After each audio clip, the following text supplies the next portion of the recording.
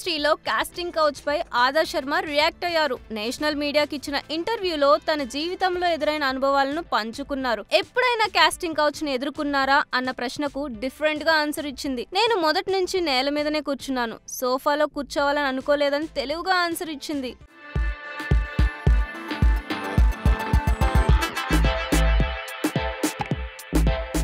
మూవీల్లో action scenes చేస్తున్నప్పుడు ఎంత వేగంగా స్పందిస్తామో, ఎవరైనా మనతో తప్పుగా ప్రవర్తించాలని చూస్తే అంతే వేగంగా కనిపెట్టాలి. ఆ సమయంలో మనం ఏం చేస్తే బాగుంటుందో దృష్టి పెట్టాలి. పక్కవారి అభిప్రాయాలను తీసుకోకూడదు. ఏ రంగంలోనైనా సపోర్ట్ నెట్వర్క్ కలిగి ఉండటం ముఖ్యం. నాకు మద్దతు ఇచ్చేవారు ఇండస్ట్రీలో చాలా మంది ఉన్నందుకు సంతోషిస్తున్నానని ఆదా చెప్పుకొచ్చింది.